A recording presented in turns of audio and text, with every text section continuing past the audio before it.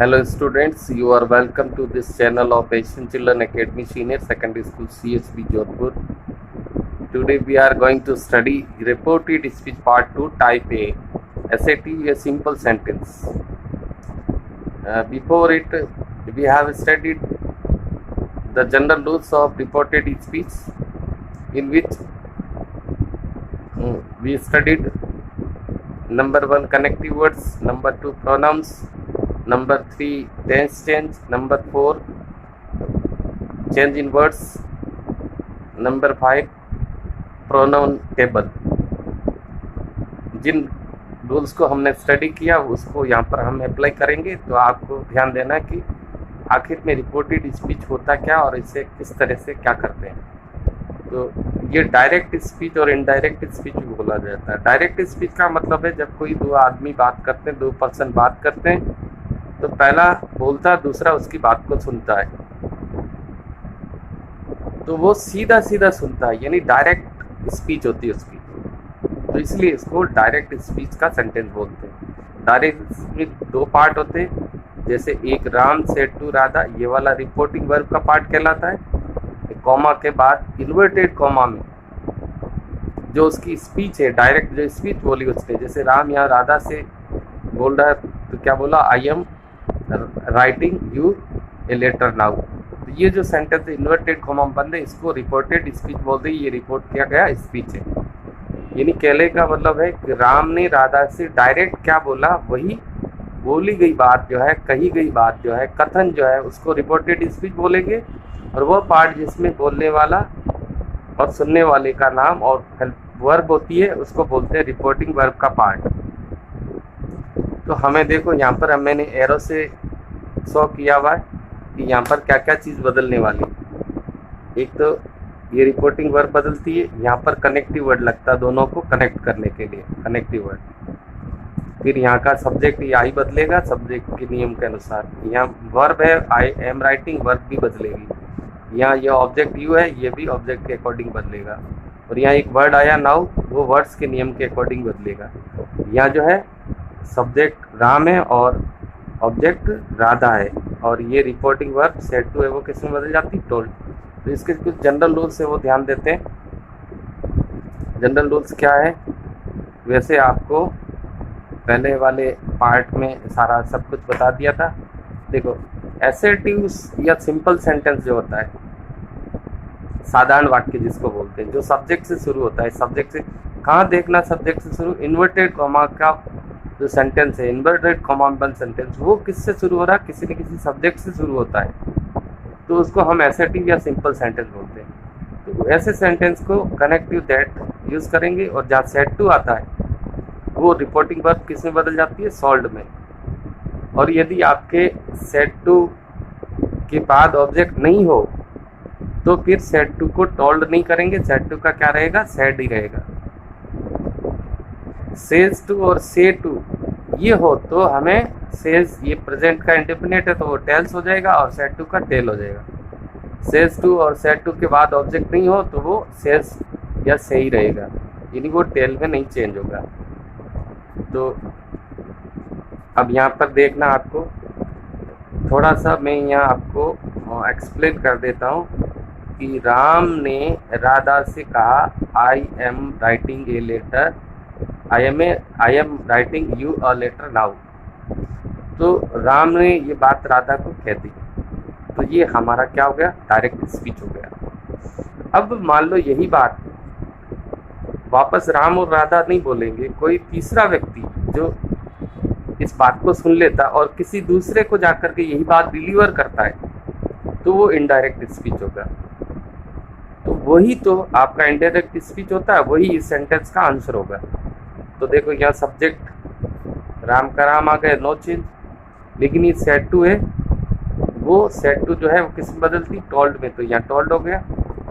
और यहाँ पर जो है राधा, राधा, और कनेक्टिव वर्ड क्या यूज हो गया, दैट। इसी प्रकार कनेक्टिव वर्ड की बात कर रखी, दैट लग गया। अब सब्जेक्ट आई का हमने रूल पढ़ा था, आई है वो सब्जेक्ट के अनुसार बदलता। तो सब्जेक्ट देखते हैं, सब्जेक्ट कौन है, राम। तो राम पुल्लिंग हुआ तो राम का ही हो जाएगा। यदि ये राम नहीं होकर के राधा होती तो सी हो जाता।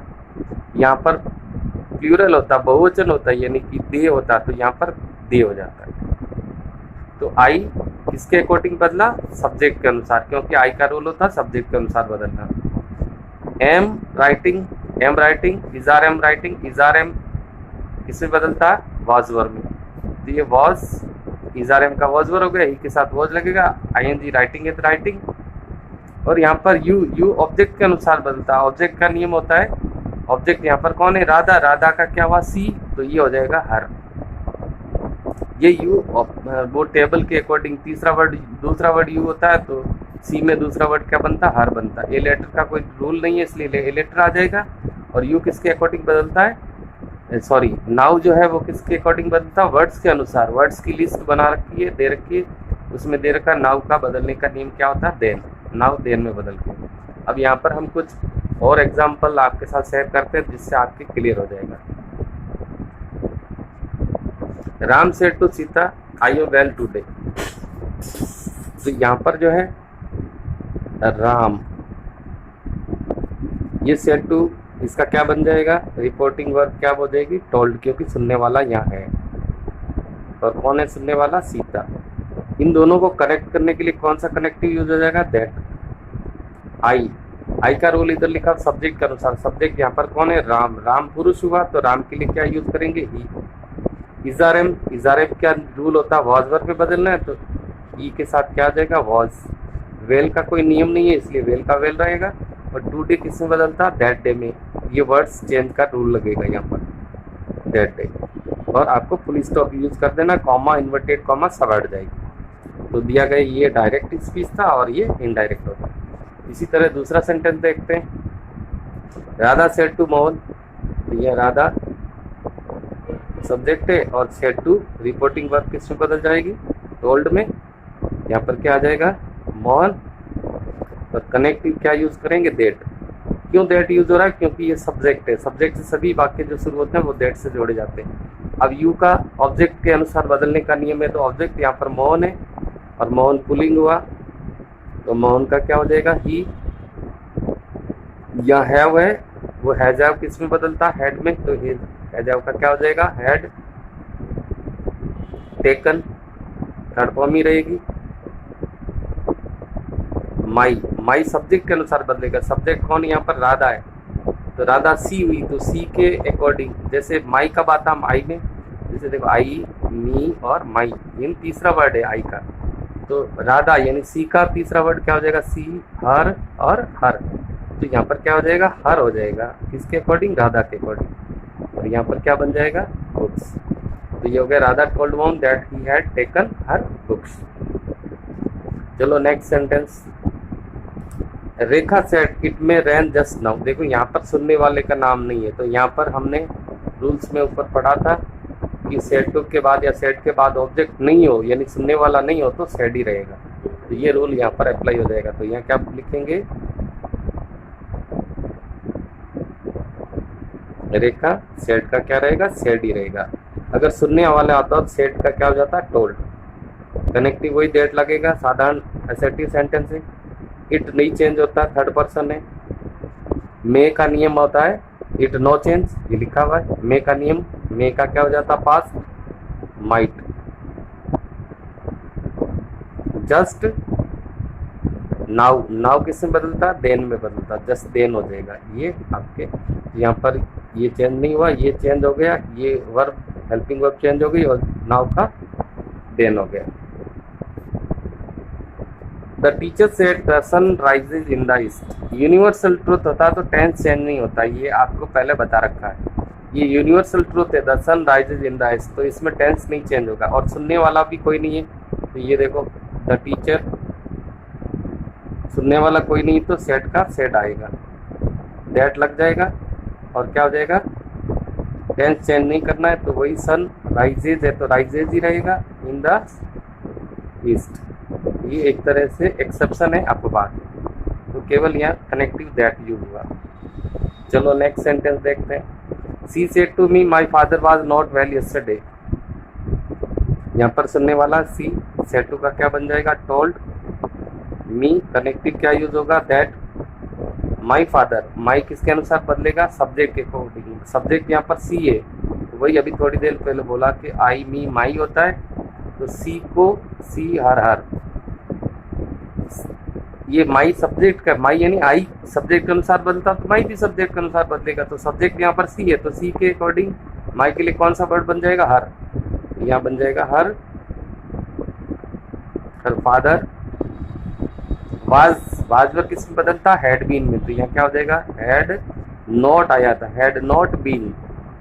नॉट का यूज हैड और बीन के बीच में यूज करना, not had been well yesterday, yesterday किसमें बदलता है, द प्रीवियस डे में, द प्रीवियस डे में। तो यहाँ टोल्ड हो गया, कनेक्टिव डेट हो गया, माई हर में बदल गया, वाज हैड बीन में बदल गया, और यस्टरडे द प्रीवियस डे में बदल गया। इसी तरह Hari will say he has gone to Udaipur, तो यहाँ पर देखो फ्यूचर टेंस है, तो फ्यूचर जब टेंस होता है तब भी आपको टेंस नहीं बदलना है, फ्यूचर में भी टेंस नहीं बदलते हैं। Hari will say he has gone to Udaipur, तो यहाँ पर फ्यूचर है, रिपोर्टिंग पर फ्यूचर की है, तो उसमें टेंस नहीं बदलेगा, तो ये क्या बनेगा, इसमें भी सुनने वाला नहीं है, तो सुनने वाला नहीं होता तो से का सही रहेगा, हरी विल से कनेक्टिव दैट हो जाएगा। ही नो चेंज होता, ही चेंज नहीं होता, थर्ड पर्सन है इसलिए हैज हैड में बदलता है, लेकिन यहाँ विल प्रेजेंट फ्यूचर का है, प्रेजेंट और फ्यूचर हो अगर ये, तो इसमें टेंस नहीं बदलेगा, हैज गॉन ही रहेगा टू उदयपुर। केवल टेंस तभी बदलना जब आपका रिपोर्टिंग वर्ब पास्ट टेंस का हो, तभी बदलता है टेंस, अदरवाइज नहीं बदलता। नेक्स्ट है mister Rao said to us I will not come to you tomorrow, तो ये हो जाएगा मिस्टर राव सेड टू का क्या हो जाएगा, टोल्ड अस, ये टोल्ड हो गया है, कनेक्टिव क्या यूज हो जाएगा, दैट।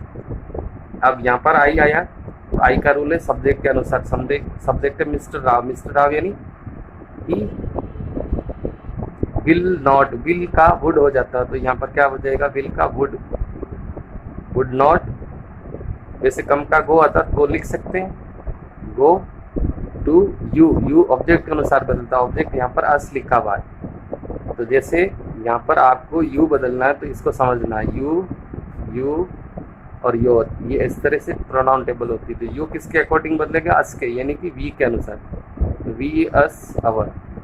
तो यहाँ ये वाला जो यू बदलना है, जो लेटर यूज यानी ऑब्जेक्टिव यू होता है, उसका अस हो जाएगा, यस। टुमारो का क्या हो जाएगा, द नेक्स्ट डे। क्या बन, तो मैं said to her you will have to wait for me, मैं टोल्ड हर, सेड टू का टोल्ड हो गया, हर यू दैट कनेक्टिव हो गया, यू ऑब्जेक्ट के अनुसार बदलता, ऑब्जेक्ट क्या यहाँ पर हर है, तो सी हो जाएगा, विल हैव का क्या बन जाता है, वुड हैव, विल हैव का sorry would have to wait for me, I का मी होता है, मी सब्जेक्ट का अनुसार, सब्जेक्ट यहाँ महेश है, तो जैसे आई मी बनता है, महेश क्या हुआ, ही हुआ, तो ही का क्या बनेगा, हिम, तो यहाँ पर क्या हो जाएगा, मी का हिम हो जाएगा। इस तरह से जो है ये आपका एसर्टिव सेंटेंस है, इसका अच्छा सा अभ्यास कीजिए। अगले टॉपिक के साथ, अगला जो है इंट्रोगेटिव विद हेल्पिंग वर्ब वाला टॉपिक है, वो शीघ्र ही आपके साथ शेयर करेंगे। तब तक के लिए धन्यवाद।